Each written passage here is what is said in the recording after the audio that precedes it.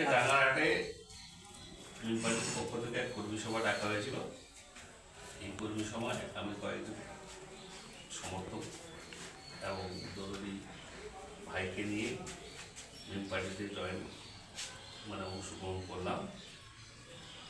মন থেকে আশা করছি আগামী দিনে এই মিউনিসিপালিটি আমরা সবাই মিলে যদি একত্রিত হয়ে যুব সমাজকে সঙ্গে নিয়ে চলতে পারি, অনেক দূর নিয়ে যেতে পারবো বিশ্বাস আমার আছে।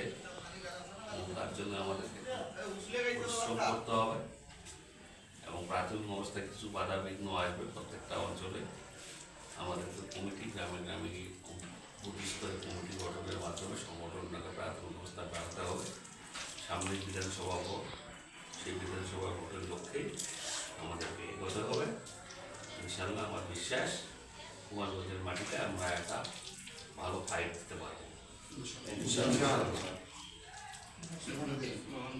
সাহেবের জিন্দাবাদ, আমাদের বড় ভাই হুসেমিন সাহেবের জিন্দাবাদ, আমাদের জেলা সভাপতি উম্মেদ আলী সাহেবের জিন্দাবাদ, আমাদের ভারতের অধ্যক্ষ ব্যারিস্টার আসাদুদ্দিন ওবেসী সাহেবের জিন্দাবাদ, মিম পার্টি জিন্দাবাদ, জয় মিম, জয় ভীম, জয় ভীম, জয়